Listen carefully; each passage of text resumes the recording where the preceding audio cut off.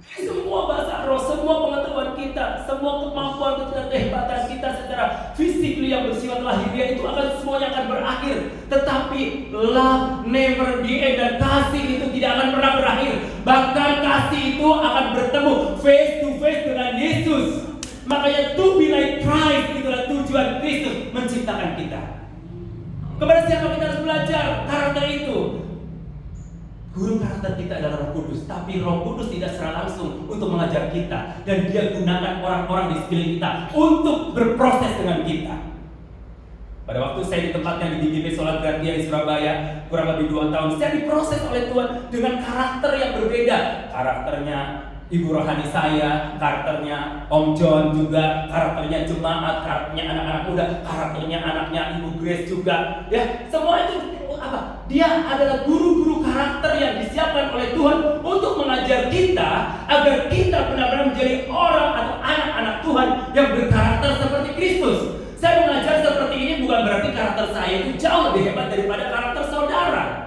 Karena tidak ada karakter yang paling hebat selain Kristus itu yang paling hebat. Maka dari itu Alkitab tidak pernah berfokus kepada guru-guru Injil atau tokoh-tokoh Alkitab, tapi Alkitab berkata bahwa kalau kita mau beribadah, marilah dengan mata yang tertuju kepada Tuhan Yesus Kristus, bukan kepada Musa, bukan kepada Daud, bukan kepada Nuh, tokoh-tokoh hebat atau kepada Daniel, tidak, tetapi kepada Yesus Kristus. Kenapa, saudaraku? Karena Yesus Kristus adalah kebenaran. Alkitab berkata, akulah jalan, kebenaran, dan hidup. Tidak ada seorang pun yang datang kepada Bapa kalau tidak melalui aku. Kenapa kita belajar kepada Dia? Karena Dia adalah sumber kebenaran dan Dia sendiri adalah kebenaran.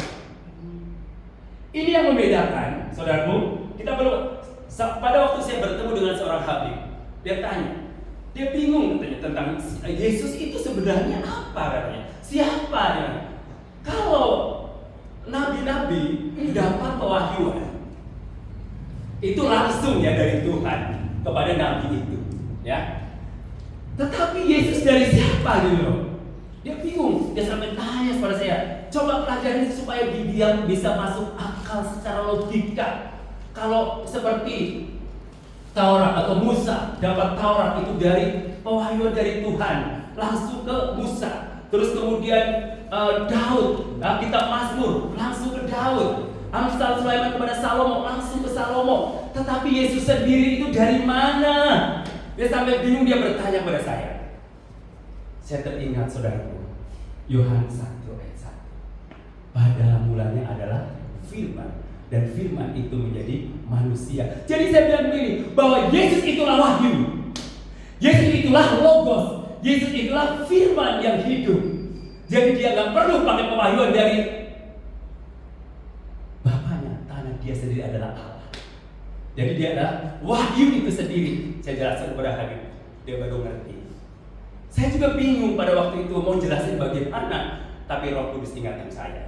Yohanes 1 ayat 1, ya, pada mulanya adalah firman, dan firman itu menjadi logos, ya, firman itu menjadi manusia yang saat ini hidup bersama-sama dengan kita. Saudara yang terkasih dalam Yesus Kristus, kita belajar karakter. Dari mana belajar karakter? Mari kita buka Alkitab kita di dalam Matius 11 ayat 28, ya. Ayat 28, 29 dan 30. Dia, karena aku lemah, lembut, rendah hati. Nah, adakah manusia yang berani berkata aku lemah lembut dan aku rendah hati? Tidak ada. Hanya Yesus yang berani berkata itu. Karena apa? Manusia. Memang kita harus belajar rendah hati, tapi kita tidak sempurna rendah hati kita. Misal, saya rendah hati. Orang bilang, yang menilai rendah hati itu bukan pribadi saya. Yang menilai rendah hati itu bukan pribadi saudara. Yang menilai rendah hati orang lain, dia rendah hati banget. Dia sudah kaya, sudah hamba Tuhan yang sudah terkenal, tapi kok dia masih low profile, rendah hati banget. Ya, dia sudah punya banyak kekayaan, tapi kok penampilannya low profile, rendah hati banget. Siapa yang menilai? Orang yang di sekeliling kita, yang bersahabat, yang bergaul sama kita. Dan gak mungkin orang lain bisa menilai, yang tidak kenal kita, dia langsung bisa menilai kita. Gak mungkin. Dan apakah penilaian seseorang itu selalu 100% benar terhadap orang-orang yang ditemui? No. Meskipun penampilannya low profile, Ya, sederhana, itu belum tentu di hadapan Tuhan dia adalah orang rendah hati. Karena apa? Penampilan, performance itu tidak menjamin bahwa orang tersebut adalah punya kepribadian yang sesuai dengan perkenanannya Tuhan. Ya, jadi yang bisa tahu yang benar-benar bahwa orang itu rendah hati dan lemah lembut adalah Roh Kudus. Yesus sendiri yang tahu. Jadi kita nggak bisa menghakimi orang dari segi penampilan. Oh, ketika orang itu berpenampilan bajunya robek atau bajunya tidak pantas, oh berarti orang itu artinya tidak baik karakternya. Oh, kalau orang yang berpakaian dasi, yang berpakaian jas ataupun pakai kolar gitu kan, penampilan keren, oh berarti dia adalah kepribadian yang baik. Saudaraku yang kekasih dalam Tuhan Yesus Kristus, kalau seandainya karakter itu dilihat dari segi penampilan, mungkin hanya orang-orang yang berpenampilan baguslah yang berkarakter baik. Tapi buktinya banyak orang yang berpenampilan bagus ternyata menjadi penipu. Tidak sedikit orang yang pada kenalan ibu-ibu atau cewek-cewek yang kenalan di Facebook yang ternyata penampilannya bagus, ternyata dia adalah penipu. Ya kan? Padahal di penampilannya ganteng sekali, mukanya seperti bintang film Hollywood. Ternyata setelah ketemu kayak preman pasar. Nah, saya bilang ini, karena penampilan itu tidak menjamin bahwa kepribadian orang itu baik. Jadi yang menjamin kepribadian orang baik adalah hubungan dia dengan Tuhan, dan dia yang tahu dengan Tuhan yang tahu. Dan orang lain tidak tahu, makanya kita sebagai hamba Tuhan tidak bisa menjudge orang dari penampilan.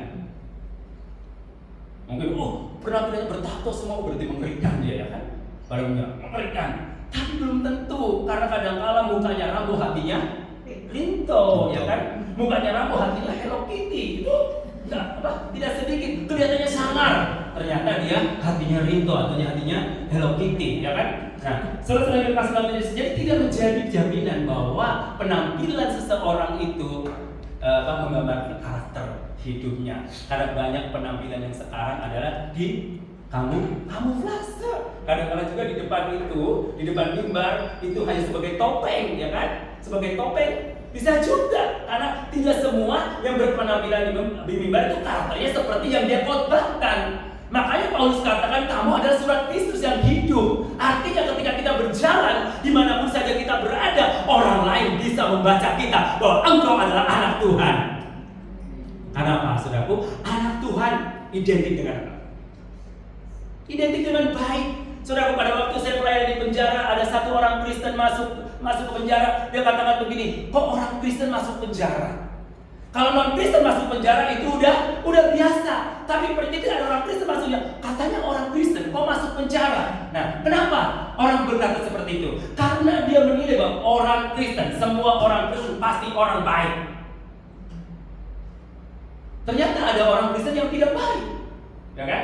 Tidak semua orang Kristen itu baik. Memang kita diciptakan oleh Tuhan. Efesus 2 ayat 10 dikatakan bahwa kamu diciptakan untuk melakukan perbuatan baik. Tetapi ternyata tidak semua orang Kristen itu berbuat baik. Kenapa?